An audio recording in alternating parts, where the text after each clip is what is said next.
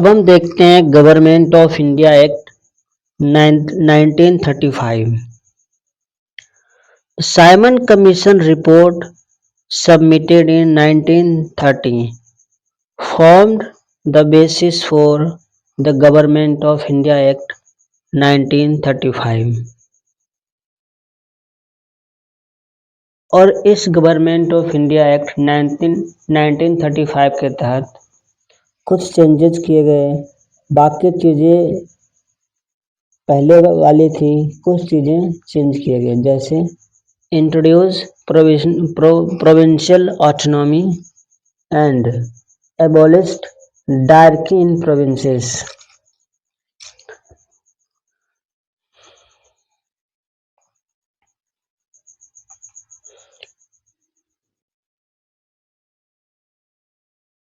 Government of India act के बारे में, गवर्नमेंट ऑफ इंडिया एक्ट 1935 के बारे में जवाहरलाल नेहरू का कहना था, it was a new charter of bondage. हालांकि कांग्रेस इस एक्ट को अपोज किया था, फिर भी उसने इलेक्शन को कंटेस्ट किया, जो कि 1 अप्रैल 1937 को हुआ था।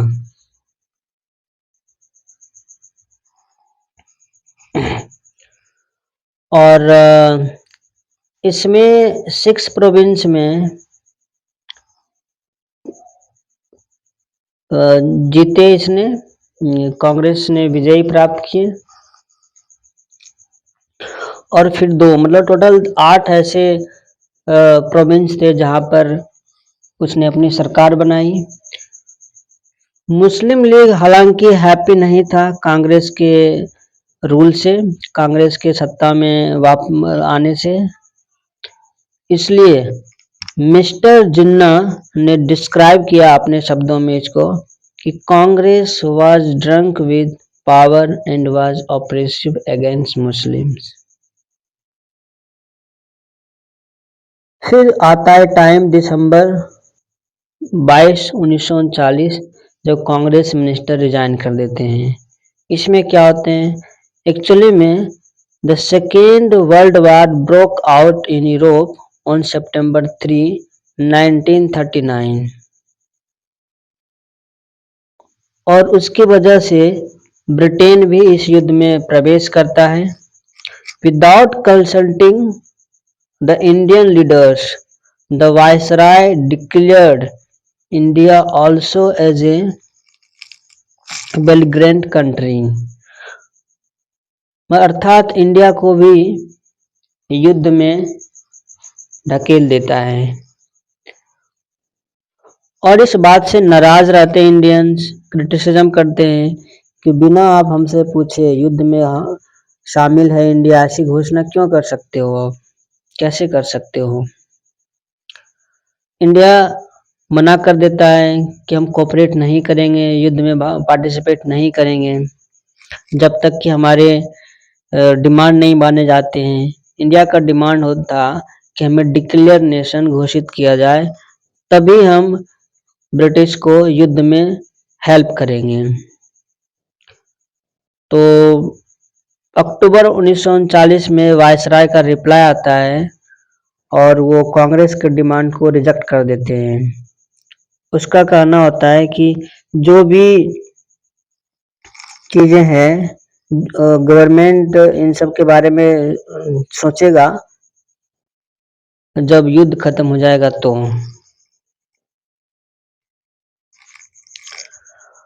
कांग्रेस ने इस जवाब का पूरी तरह से निंदा की और कांग्रेस मिनिस्टर हर जगह 22 दिसंबर 1939 को रिजाइन कर दिया। Jinnah was happy over this and he called upon the Indian Muslim to celebrate the resigning day of Congress minister as the day of deliverance. तो 22 दिसंबर 1939 को मुस्लिम लीग ने डे ऑफ डिलीवरेंस, मुक्ति दिवस मनाया। फिर आते हैं नेक्स्ट पाकिस्तान रेजोल्यूशन या लाहौर रेजोल्यूशन, जो 24 मार्च 1940 को होता है।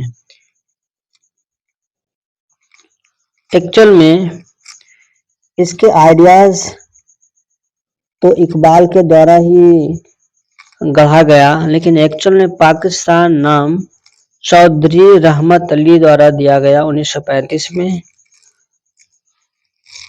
और लाहौर सेशन होता है मुस्लिम लीग का 24 मार्च 1940 में, जिसमें पाकिस्तान रेजोल्यूशन को पास कर दिया जाता है और फेडरल स्कीम को रिजेक्ट कर देता है, जो कि गवर्नमेंट ऑफ इंडिया एक्ट 1935 में दिया गया था।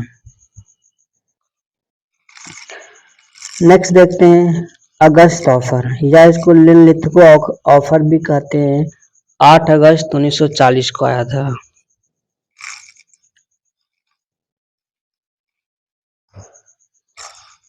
On August 8, 1940, the Viceroy Linlithgow came out with certain proposals known as August Offer, declaring that the goal of British government was to establish dominion status in India.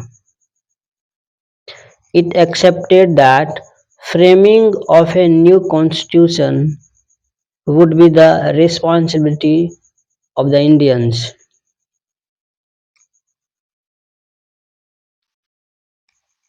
Maulana Abul Kalam Azad, जो कांग्रेस के president थे उस समय 1940 में, उसने अगस्त ऑफर को रिजेक्ट कर दिया।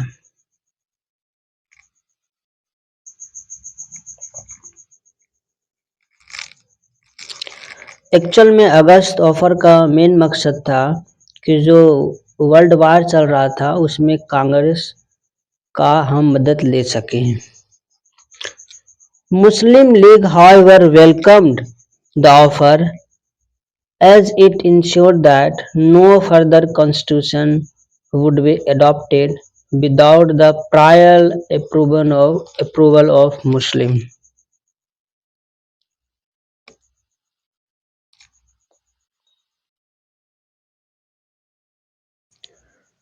लीग ने डिक्लेयर किया कि जो मोस्ट डिफिकल्ट प्रॉब्लम है इंडिया के फ्यूचर कॉन्स्टिट्यूशन को लेकर के, वो तभी सॉल्व हो सकता है जब इंडिया का पार्टीशन होगा, विभाजन होगा। इस तरह से अगस्त ऑफर फेल हो जाता है और इंडिया का कॉपरेशन अंग्रेज युद्ध में नहीं ले पाते हैं, और इस तरह से कांग्रेस और ब्रिटिशर के बीच में खाई और बढ़ जाती है। साथ ही कांग्रेस और मुस्लिम लीग के बीच में भी खाई बढ़ जाती है। फिर आता है नेक्स्ट टाइम पीरियड, अक्टूबर 1940 से दिसंबर 1941 का टाइम पीरियड, इंडिविजुअल सत्याग्रह या individual civil disobedient. The Congress working committee decided to start individual civil disobedient on October 17, 1940। Vinoba Bhave को फर्स्ट सत्याग्रही बनाया गया, दूसरे सत्याग्रही नेहरू थे। नेक्स्ट टॉपिक है क्रिप्स मिशन।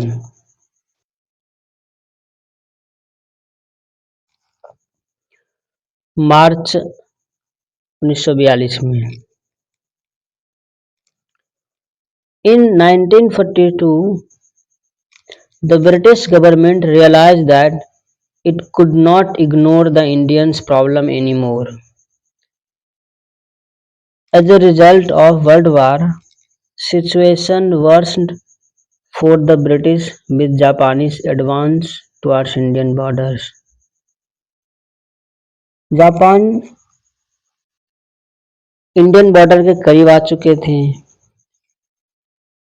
और अंग्रेजों को लग गया कि बिना इंडियन के सहयोग से हम आगे नहीं बढ़ पाएंगे, युद्ध को जीतना मुश्किल है, इसके प्रॉब्लम को इग्नोर नहीं किया जा सकता।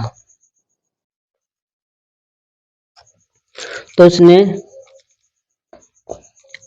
क्रिप्स मिशन को भेजता है, क्योंकि 7 मार्च 1942 को रंगून जो बर्मा में है वो जापान के कब्जों में आ जाता है। यहाँ तक कि entire south east Asia Japan के कब्जों में आ जाता है। इससे ब्रिटिश घबरा जाते हैं और इसलिए इंडियन का कॉपरेशन पाने के लिए सर स्टैनफोर्ड क्रिप्स को भेजते हैं, जो कि एक ब्रिटिश कैबिनेट के मेंबर होते हैं, और इंडिया भेजते हैं ताकि जो भी मामला उसको सेटल करें। Cripps proposed dominion status after the war, but his proposal was rejected by all the political leaders.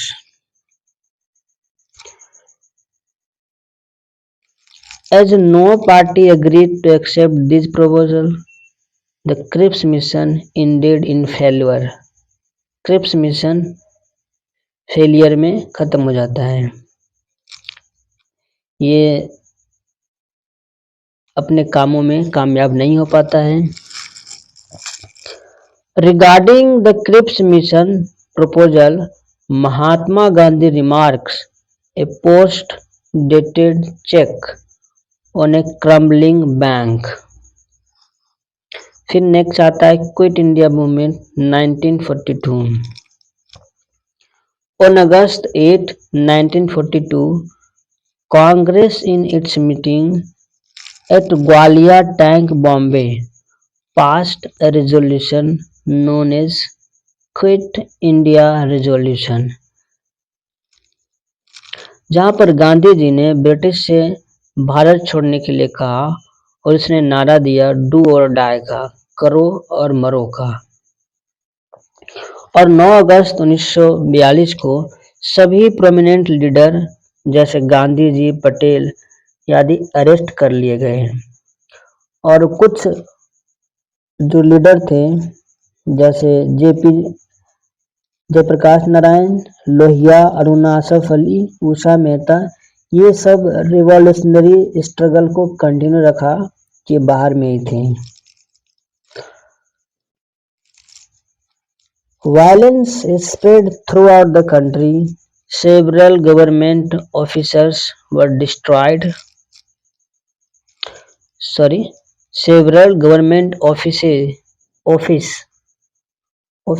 were destroyed and damaged. Telegraph wire were cut and communication paralyzed.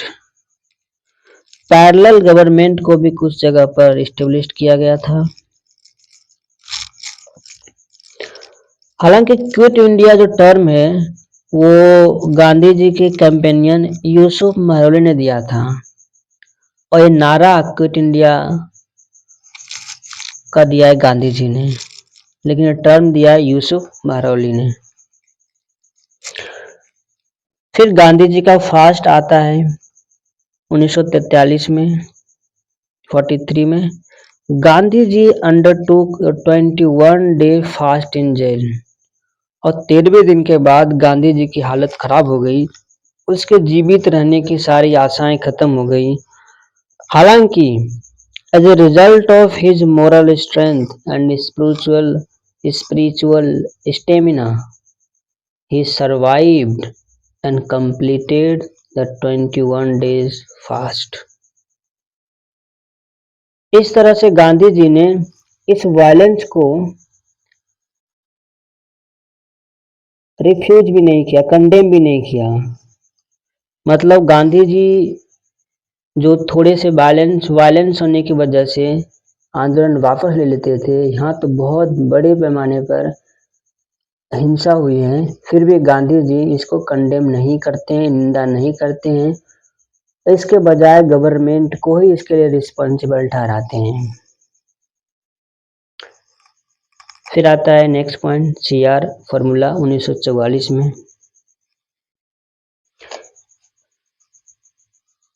1944 में चक्रवर्ती राजगोपालाचारी ने एक प्रपोजल लाया कि एक कमीशन को appoint किया जाए जो नॉर्थ वेस्ट एंड ईस्ट, जहां पर मुस्लिम है मेजॉरिटी में, उस वाले एरिया में प्लेबिसाइड कराएंगे on the basis of adult franchise.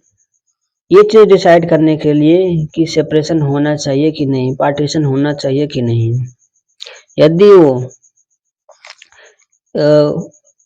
Plebiscite में एग्री हो जाते हैं पार्टीशन के लिए, तो पार्टीशन हम कर देंगे। और बस सेफ गार्डिंग के लिए, सुरक्षा के लिए जॉइंट डिफेंस, कॉमर्स और कम्युनिकेशन रखेंगे।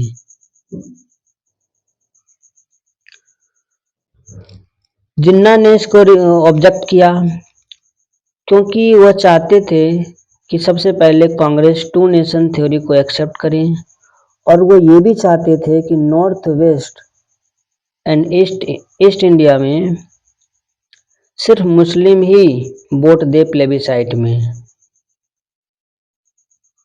तो ये सीआर फार्मूला भी फैल रहा। हालांकि सीआर फार्मूला को बीडी सावरकर ने, जो कि एक हिंदू लीडर थे, उसने कंडेम किया, इसकी निंदा की इस प्लान को। नेक्स्ट देखते हैं Wavell plan 1945। Wavell plan and Shimla conference, जो 14 जून से 14 जुलाई 1945 के बीच में होता है। और उस समय वायसराय होते हैं भारत के Lord Wavell.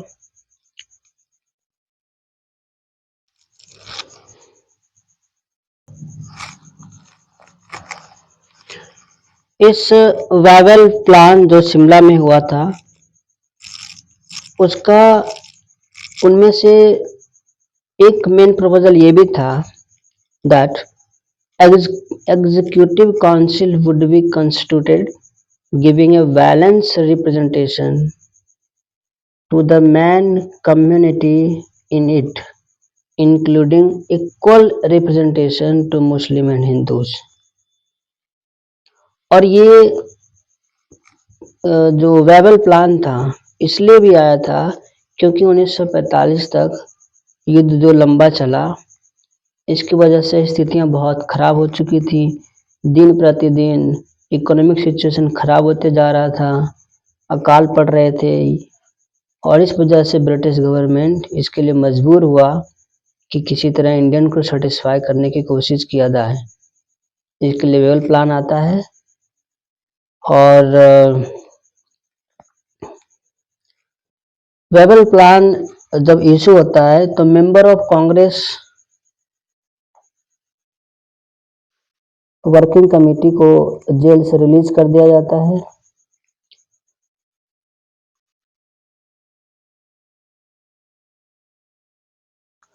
Twenty two prominent Indian leaders का कॉन्फ्रेंस जो कि शिमला में होता है, उसको वेवल प्लान के रूप में कंसिडर किया जाता है। एक conference of 22 prominent Indian leaders called at Shimla to consider the Wavell plan, लेकिन कोई डिसीजन नहीं हो पाया। Reached know decision.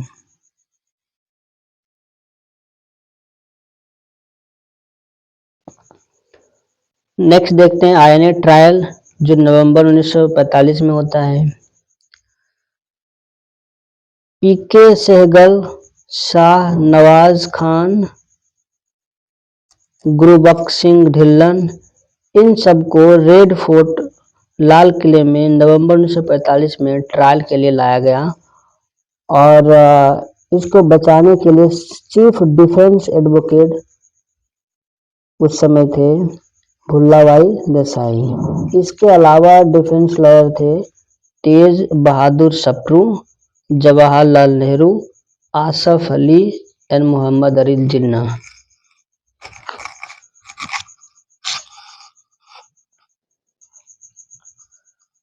अब देखते हैं थोड़ी सी बातें इंडियन नेशनल आर्मी आईएनए के बारे में कर लेते हैं, मतलब आजाद हिंद फौज। एक्चुअल में जापान ब्रिटिश को हराने के बाद, साउथ ईस्ट एशिया में हराने के बाद, बहुत सारे जो इंडियन सोल्जर थे जिसको as a prisoner of war पकड़ के रखे थे, उन सब का एक कॉन्फ्रेंस होता है टोक्यो में मार्च 1942 में। और उन लोगों ने बनाया इंडियन इंडिपेंडेंस लीग की स्थापना की। And at the Bangkok conference, Ras Bihari Bose was elected president of League. कौन सा league? Indian independence league, INA, Indian National Army, was a brainchild of Mohan Singh. INA was formed by Ras Bihari Bose in 1942, लेकिन 1943 में INA को सुभाष चंद्र बोस ने reorganise किया, क्योंकि जुलाई 1943 में Singapore में सुभाष चंद्र बोस ज्वाइन करता है और रास बिहारी बोस लीडरशिप को हैंडेड ओवर करता है। उससे पहले सुभाष चंद्र बोस 1941 में बर्लिन चले जाते हैं और वहीं पर वो इंडियन लीग की स्थापना करते हैं।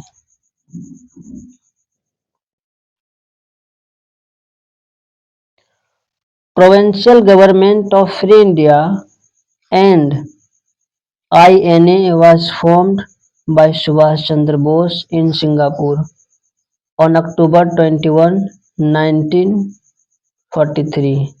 21 अक्टूबर 1943 को सिंगापुर में सरकार की स्थापना करता है, प्रोविंशियल गवर्नमेंट की स्थापना करता है स्वतंत्र भारत का Subhash Chandra Bose. Indian National Army INA had 3 fighting brigade और उसके नाम होते हैं सुभाष, गांधी और Nehru. Rani Jhansi brigade was an exclusive women force, महिलाओं के ये फोर्स थे। ऐसा कहा जाता है कि 18 अगस्त 1945 में टोक्यो जाते वक्त ताइवान में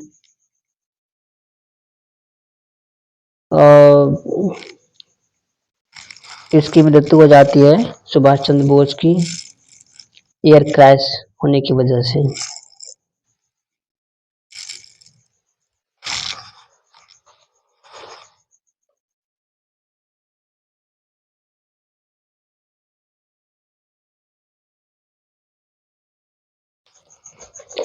फिर नेक्स्ट हमारा आता है royal Indian navy ratings mutiny, जो 18 फरवरी 1946 को होती है। 18 फरवरी 1946 को बॉम्बे रेटिंग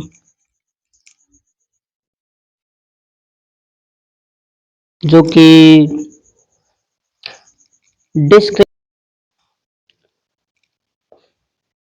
बॉम्बे रेटिंग का कहना होता है कि हमारे साथ रेशियल डिस्क्रिमिनेशन होता है, भोजन में भी डिस्क्रिमिनेशन होता है, गालियां भी देते हैं। इस वजह से इसने विरोध करता है। हालांकि वल्लभ भाई पटेल और जिन्ना जॉइंटली रेटिंग को मनाते हैं कि 23 फरवरी 1946 को आप सरेंडर कर दें। The Britishers for the first time seriously realized that with this awakening among the Indians and revolt in armed forces,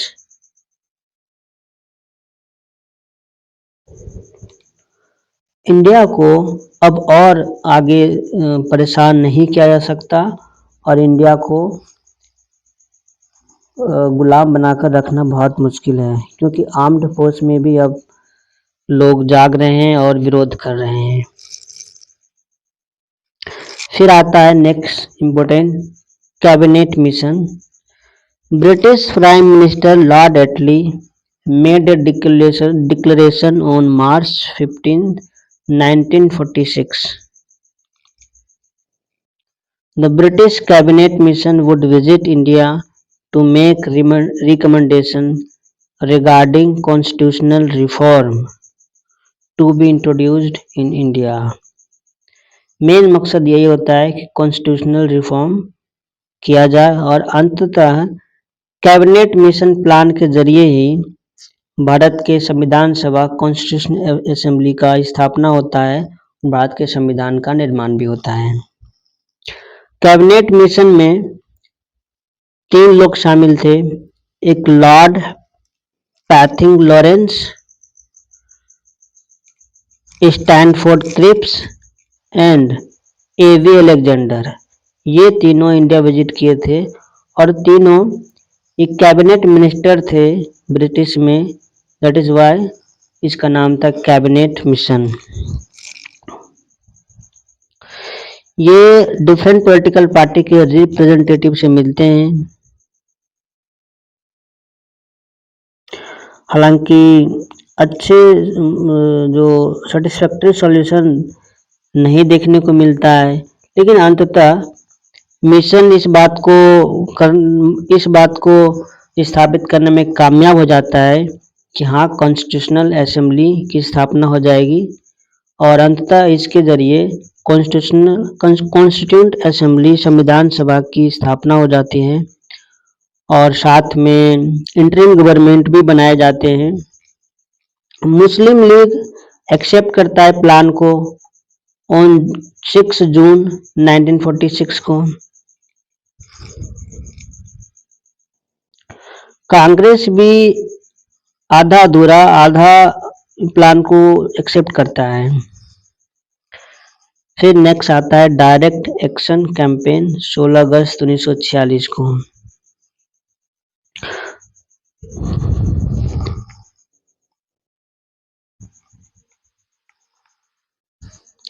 Muslim league 16 अगस्त 1946 को डायरेक्ट एक्शन डे के रूप में मनाता है, लॉन्च करता है और जिसकी वजह से देश में कम्युनल राइट्स होते हैं, दंगे होते हैं और स्पेशली बंगाल में बहुत दंगे होते हैं। नेक्स्ट इंटरिम गवर्नमेंट 2 सितंबर 1946 को इंटरिम गवर्नमेंट फॉर्म्ड हुए थे। Congress member led by Pandit Jawaharlal Nehru joined it but Muslim league did not. और यहाँ तक कि मुस्लिम लीग ने जो पहले अपना एक्सेप्टेंस दिया था कि हम इस प्लान को, कैबिनेट मिशन प्लान को मानते हैं, वो प्लान जो एक्सेप्टेंस था, जो मंजूरी था, उसको वापस ले लेता है। अब ये नाराज है।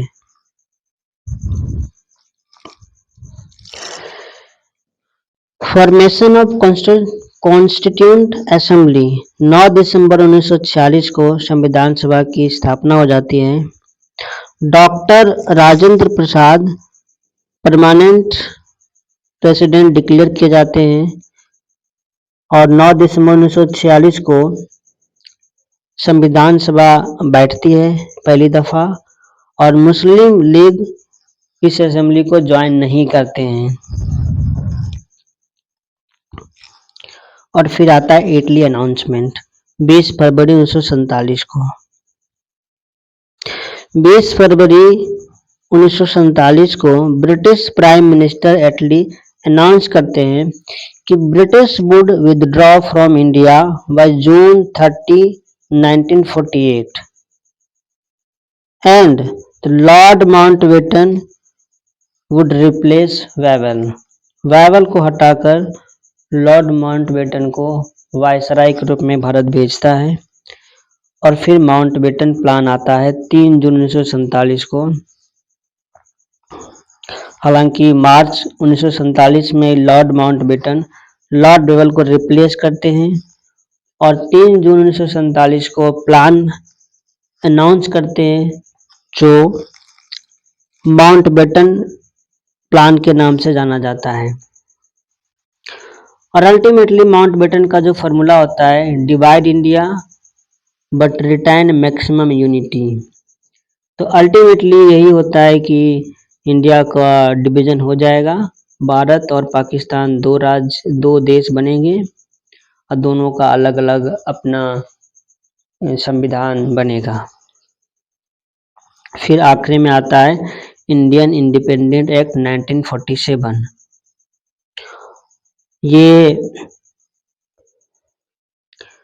ब्रिटिश पार्लियामेंट के द्वारा पास कर दिया जाता है इंडियन इंडिपेंडेंस एक्ट 1947 और 15 अगस्त 1947 को सत्ता हस्तांतरित कर दी जाती है भारत को